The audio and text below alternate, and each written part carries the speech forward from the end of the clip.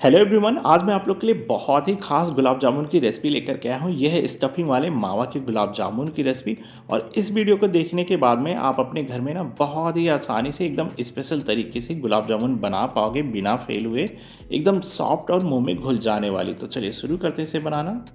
सबसे पहले आपको एक बड़ी सी परात या थाली लेना है मेरे जैसे, और इसमें 1 कप यानी 250 ग्राम मावा डालना है। दोनों तरह से मेजरमेंट बता रहा हूँ मैं, कप से भी मेजरमेंट करके वजन में जो भी आपको सुविधा हो ना उसके अकॉर्डिंग आप सेट कर लीजिएगा। अब गुलाब जामुन कैसी बनेगी ये डिपेंड करता है आपके मावा के क्वालिटी पे। तो मावा अच्छी क्वालिटी का लीजिएगा ताकि गुलाब जामुन भी आपका अच्छा बने। मतलब मावा सॉफ्ट होना चाहिए तो गुलाब जामुन भी अच्छे से सॉफ्ट बनेगा। इन केस मावा थोड़ा सा सूखा वाला है तो आपको कद्दूकस करना पड़ेगा। अब सबसे इम्पॉर्टेंट काम करना क्या है, मावा को हमें अच्छे से इसे मैश करना है, बढ़िया सा इसे मसलना है। क्योंकि मावा का जो टेक्सचर होता है ना वो दानेदार होता है और हमें गुलाब जामुन के लिए एकदम पेस्ट फॉर्म में चाहिए होता है। तो जैसे मैं कर रहा हूँ ना, हथेलियों के हेल्प से लगभग 5 से 7 मिनट तक इस तरह से मावा को मसल लीजिए तो ये पेस्ट फॉर्म में बदल जाएगा। मतलब इसे मसलिए, फिर इकट्ठा करिए, फिर मसलिए, 5 से 7 मिनट तक कर लीजिए, अच्छे से मावा तैयार हो जाएगा। और लीजिए मावा एकदम पेस्ट जैसे बन करके तैयार हो गया है। लगभग 5 से 7 मिनट तक हमने इसे मसला है। एक साइड में कर लेंगे मावा को, और इसमें से लगभग 1.5 से 2 छोटे चम्मच मावा को निकाल करके एक बाउल में हम साइड में रख लेंगे, जो कि स्टफिंग के काम आएगा ये। और इसके बाद में हमने 100 ग्राम पनीर लिया है। क्रश करने के बाद में अच्छा कप से मेजर करोगे इसे तो लगभग 1/4 कप के आसपास में होगा। चाहो तो आप पनीर को कद्दूकस भी कर सकते हो या फिर हाथ से तोड़ लीजिए। पनीर डालना वैसे पूरी तरह ऑप्शनल है, आप चाहो तो इसे स्किप कर सकते हो। बट पनीर डालने से ना गुलाब जामुन एकदम सॉफ्ट बनेगा, एकदम मुंह में घुल जाने वाला ऐसे टेक्सचर आएगा इसका। अब जैसे हमने मावा को तैयार किया ना, वैसे पनीर को भी हमें 2-3 मिनट तक इसे अच्छे से हथेलियों से मैश कर लेना है, ताकि पनीर भी एकदम बिल्कुल पेस्ट जैसा बन जाए, दानेदार बिल्कुल भी ना रहे। और ये लीजिए पनीर को भी हमने अच्छे से मैश कर लिया, देखिए एकदम पेस्ट जैसा बन गया है ना। अब पनीर और मावा को दोनों को एक साथ मिक्स कर लेंगे, लगभग 1 मिनट तक इसे एक साथ मिक्स करते हुए मसलते हुए हम इसे तैयार कर लेंगे, ताकि दोनों चीज़ें प्रॉपर तरीके से मिक्स हो जाए। दोनों चीज़ों को अच्छे से मिक्स करने के बाद में अब इसमें बाइंडिंग के लिए आपको मैदा यूज़ करना है। मैंने आधा कप मैदा लिया है। अच्छा, कभी कभी मैदा की क्वांटिटी थोड़ा बहुत ऊपर नीचे हो जाती है, वो डिपेंड करता है आपके मावा में मॉइस्चर कितना है। अगर आपके मावा में मॉइस्चर यानी नमी ज़्यादा है तो हो सकता है 1-2 चम्मच और आपको मैदा डालना पड़े। या फिर आपके अगर मावा में थोड़ा सा मावा आपका सूखा है तो हो सकता है आपको थोड़ा सा कम मैदा डालना पड़े। मतलब किसी भी कीमत में 1 कप मावा के लिए आपको 2/3 कप से ज़्यादा मैदा नहीं यूज़ करना है। या फिर कम से कम आपको इसमें 4 बड़े चम्मच या 4 टेबल स्पून आपको मैदा यूज़ करना पड़ेगा, तभी एक परफेक्ट बाइंडिंग आएगी। अब मैदा को अच्छे से मिक्स करते हुए आप एक अच्छे से डो बना लीजिए। या ये पहचान है दूसरी, आपको मैदा कब तक यूज़ करना है, जब आपका ये डो है ना आपके हाथ में चिपकना बंद कर ले तो समझ लीजिए मैदे की क्वांटिटी एकदम परफेक्ट हो गई है। आप इसे अच्छे से डो बना लीजिए। अगर इनकेस थोड़ा सूखा लग रहा है तो 1-2 चम्मच आप नॉर्मल इसमें दूध ऐड कर सकते हो। अच्छे से मैदे को मिक्स करने के बाद में लास्ट में गुलाब जामुन को फुलाने के लिए मैंने आधी छोटी चम्मच बेकिंग पाउडर का यूज़ किया है। बट अगर आपको बेकिंग सोडा डालना है तो बस केवल 2 चुटकी यानी 2 पिंच डालना है। मतलब बेकिंग सोडा 2 पिंच पड़ेगा, अगर बेकिंग पाउडर डाले हो तो आधी छोटी चम्मच। बेकिंग पाउडर डालने के बाद में या बेकिंग सोडा जो भी आप डाल रहे हो इसे अच्छे से मिक्स कर लीजिए, ताकि ये पूरे डो में अच्छे से फैल जाए। और मिक्स करने के बाद में इतना ध्यान रखिए कि जो डो है ना वो बिल्कुल सॉफ्ट बनना चाहिए। इन केस थोड़ा सा सख्त हो गया हो तो 1-2 चम्मच दूध डाल करके इसे रोटी का जैसे डो होता है ना उसी तरह से हमें मुलायम बनाना है। और डो बनाने के बाद में आप इसे कपड़े से ढक करके 10 मिनट के लिए रेस्ट दे दीजिए, क्योंकि इसमें मैदा पड़ा है ना, तो ताकि मैदा अच्छे से सेट हो जाए। अब आप स्टफिंग तैयार कर लीजिए। जो हमने मावा निकाल करके रखा था बोल में, उसमें हमें कुछ अपनी पसंद के ड्राई फ्रूट्स डालना है। आपको जो भी ड्राई फ्रूट्स पसंद हो ना अपनी पसंद के चॉप करके डाल दीजिए। वैसे मैंने यहाँ पे 1 छोटी चम्मच कटे हुए पिस्ता डाला है, 1 छोटी चम्मच चिरौंजी और 1 से 1.5 छोटी चम्मच के आसपास हमने कटे हुए काजू डाले हैं।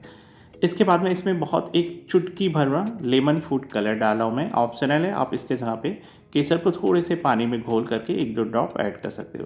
फिर 1/4 छोटी चम्मच हमने इलायची के पाउडर डाले, ताकि गुलाब जामुन में एक बढ़िया सा फ्लेवर आएगा।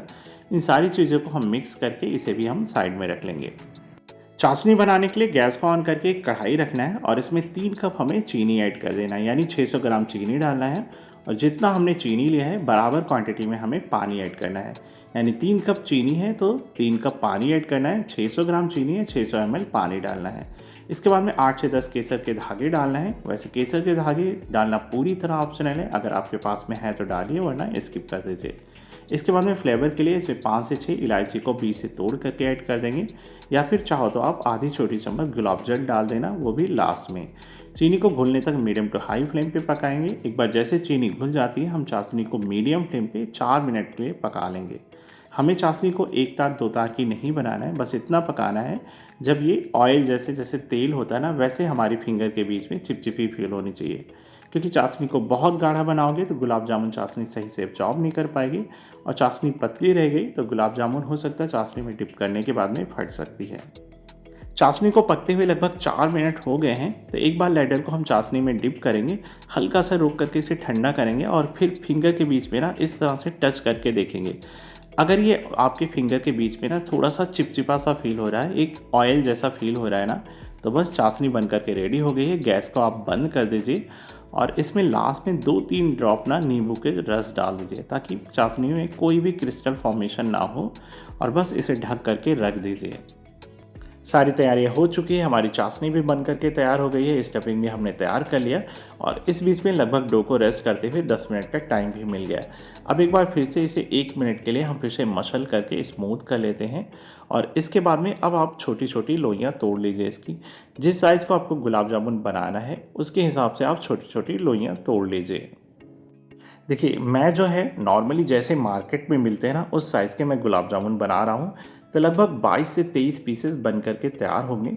पर अगर आप फर्स्ट टाइम बना रहे हो और ज़्यादा नहीं बनाते हो ना, तो बहुत बड़ा मत बनाइएगा, क्योंकि जितना छोटा आप बनाएंगे उतने ही सेफ रहेंगे, उतने फटने के चांसेस कम रहेंगे और उतनी परफेक्ट बनेगी।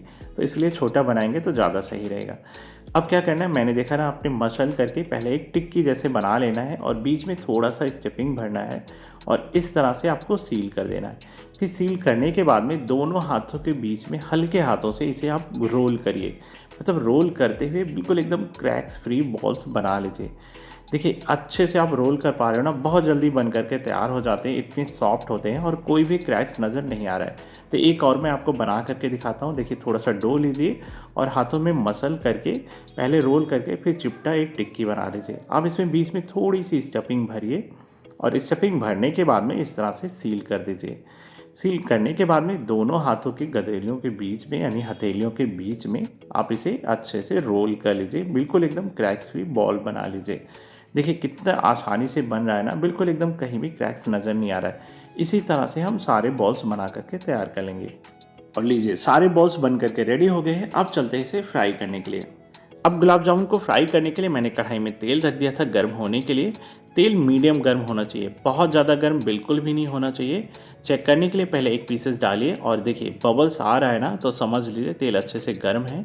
अब एक एक करके एक एक पीसेस डालते जाइए एक हाथ से, और दूसरे हाथ से कढ़ाई के हैंडल को पकड़ करके हिलाते जाइए। ऐसा करने से क्या होगा, गुलाब जामुन अचानक से जा करके नीचे नहीं बैठेगी, वो तुरंत तैरने लगेगी। मतलब एक गुलाब जामुन में जो एक स्पॉट बन जाता है ना, जो नीचे तरफ बैठ जाती है ना, वहीं पे ज़्यादा डार्क हो जाता है, तो वो स्पॉट नहीं बनेगी और गुलाब जामुन एक जैसे सिकता जाएगा। मतलब आपको लैडर से चलाने की ज़रूरत नहीं पड़ेगी। आप एक हाथ से इसके हैंडल को पकड़ के इस तरह से सेक करते जाएंगे, तो ऑटोमेटिक गुलाब जामुन रोटेट होगी और चारों तरफ से एक बराबर सिकती जाएगी। बस इतना ध्यान रखिएगा, गुलाब जामुन को तेल में डालते समय तेल का टेम्परेचर बहुत ज़्यादा गर्म नहीं होना चाहिए, नहीं तो गुलाब जामुन ना तुरंत डार्क हो जाएगा, अंदर से कच्चा रह जाएगा।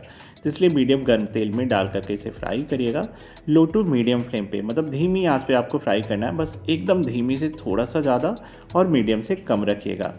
और जब हल्का सा इसका कलर आ जाए, एक बार हल्का गोल्डन कलर आ जाए, तो आप चाहो लैडल की हेल्प से, बट डायरेक्ट नहीं, आप नीचे से आराम से उठा करके इसे नीचे की साइड में टर्न कर सकते हो दूसरी साइड में, लेकिन चम्मच का नुकीला वाला पार्ट ना किसी भी कीमत से गुलाब जामुन से टच नहीं होना चाहिए, क्योंकि गुलाब जामुन को फ्राई करते समय ना ये बहुत ज़्यादा सॉफ्ट हो जाते हैं। जैसे ही नुकीला वाला पार्ट टच होगा, ये फटने के चांसेस इनके बढ़ जाते हैं। तो आप कोशिश करिए, या फिर आप रिस्क लीजिए ही मत, कोई चम्मच कोई लैडल का यूज़ ही मत करिए। सिर्फ कढ़ाई का हैंडल पकड़िए और हैंडल पकड़ के इसे सेक करते रहिए, मतलब कढ़ाई को हिलाते जाइए। ऑटोमेटिक गुलाब जामुन हिलने की वजह से ना चारों तरफ मूव होते रहेंगे और हर तरफ से ये बराबर फ्राई होते जाएंगे। देखिए, एक बहुत ही अच्छा सा कलर आ चुका है गुलाब जामुन में, और किसी भी गुलाब जामुन में कहीं से भी एक भी क्रैक्स नज़र नहीं आ रहा है। तो बस इनको एक एक करके हम निकाल लेंगे। वैसे गुलाब जामुन का कलर आपको कितना पसंद है, वो अपने अकॉर्डिंग लाइट या डार्क रख सकते हो, जितना आपको पसंद है उसके अकॉर्डिंग थोड़ा सा लाइट भी रख सकते हो, थोड़ा सा डार्क भी रख सकते हो। तो सारे हम एक एक करके गुलाब जामुन को निकालेंगे और इसे हमें चाशनी में डिप करना है। और इसके बाद में अगर हमें लगता है ना तेल थोड़ा सा गर्म ज़्यादा हो गया है, तो हम इसे 1 मिनट के लिए तेल को बंद कर देंगे, मतलब गैस को बंद कर देंगे और 1 मिनट हल्का सा इसे पहले ठंडा हो जाने देंगे, फिर हम सेकंड बैच इसको तलेंगे सेम इसी प्रोसेस से। गुलाब जामुन को फ्राई करने के तुरंत बाद ही हमें चाशनी में इसे डिप करना है। चाशनी थोड़ी गर्म होनी चाहिए, बहुत ज़्यादा गर्म नहीं बट गर्म होनी चाहिए। अगर ठंडी हो गई हो तो हल्की सी इसे हम गर्म कर लेंगे और एक एक करके गुलाब जामुन डालने के बाद में हम ढक देंगे और दूसरे बैच को भी फ्राई करके इसमें हम ऐड कर देंगे। बस ओवर क्राउडेड नहीं रखेंगे, एक दूसरे के ऊपर नहीं डालेंगे, नहीं तो ये लोड की वजह से पिचक जाएंगे, तो इस बात का ध्यान रखेंगे। सारे गुलाब जामुन हमारे इस कढ़ाई में नहीं आएंगे, तो उसको मैं थोड़ी सी चाशनी निकाल करके किसी दूसरे बर्तन में डिप कर दूंगा और कम से कम इसे हम आधे घंटे के लिए डिप रहने देंगे, नहीं तो कोशिश करिए 1-2 घंटे तक रहने दीजिए, तो अच्छे से ये फूल जाएंगी। और ये लीजिए लगभग चाशनी में डिप किए हुए ना सिर्फ आधा ही घंटे हुए हैं। वैसे आप इसे 1-2 घंटे बाद ही यूज़ करिएगा, लेकिन फिर भी अगर ज़्यादा मन कर रहा आपसे नहीं रहा जा रहा है ना, तो आधे घंटे में खा सकते हो। तो देखिए कैसे चाशनी एब्जॉर्ब कर लिया और एकदम बिल्कुल इतना सॉफ्ट है ना कि मुंह में जाते ही घुल जा रहा है। ये देखिए है ना मज़ेदार सी। तो बस एक छोटी सी रिक्वेस्ट है, अगर रेसिपी पसंद आई हो तो प्लीज़ वीडियो को लाइक कर दीजिएगा। चैनल पे फर्स्ट टाइम आए हैं तो चैनल को सब्सक्राइब कर लीजिएगा। मिलते हैं एक नई वीडियो में एक नई रेसिपी के साथ में, तब तक के लिए बाय बाय।